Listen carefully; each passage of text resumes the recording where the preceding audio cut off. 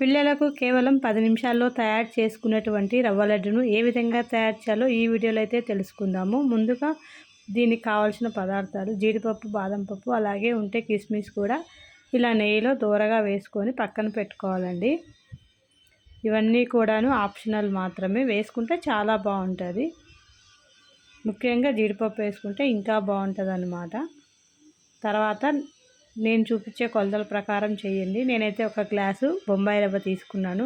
బొంబాయి రవ్వ అంటే అదే తెల్ల ఉప్మా రవ్వ ఉంటుంది కదా, వాటినే బొంబాయి రవ్వ అంటారు. ఇదైతే ఒక గ్లాస్ తీసుకోవాలి.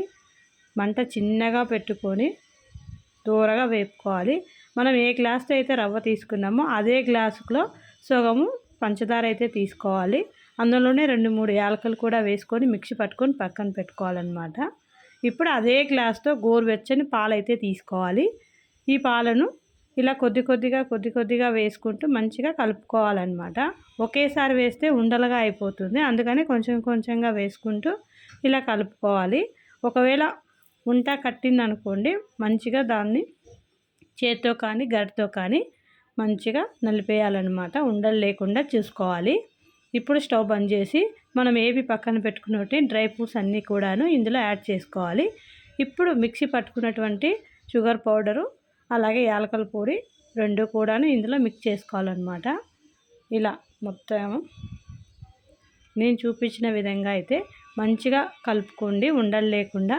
ఫస్ట్ ఇలా కలుపుకొని దాని తర్వాత మనము కొద్దిగా నెయ్యి అయితే వేసుకొని,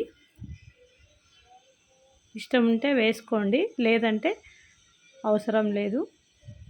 కానీ పిల్లలకు ఇలా చేసి పెడితే చాలా ఇష్టంగా తింటారనమాట. చాలా అంటే చాలా టేస్టీగా ఉంటాయండి. ఇలా నేను చూపించిన విధంగా లడ్డూలను అయితే చేసుకోవాలి. చాలా ఈజీ అండి, అంతే. ఇది మనకు 10 రోజులైతే నిల్వ ఉంటుంది తప్పకుండా. నేను చూపించిన విధంగా అయితే ట్రై చేయండి. Thank you for watching. Bye అండి.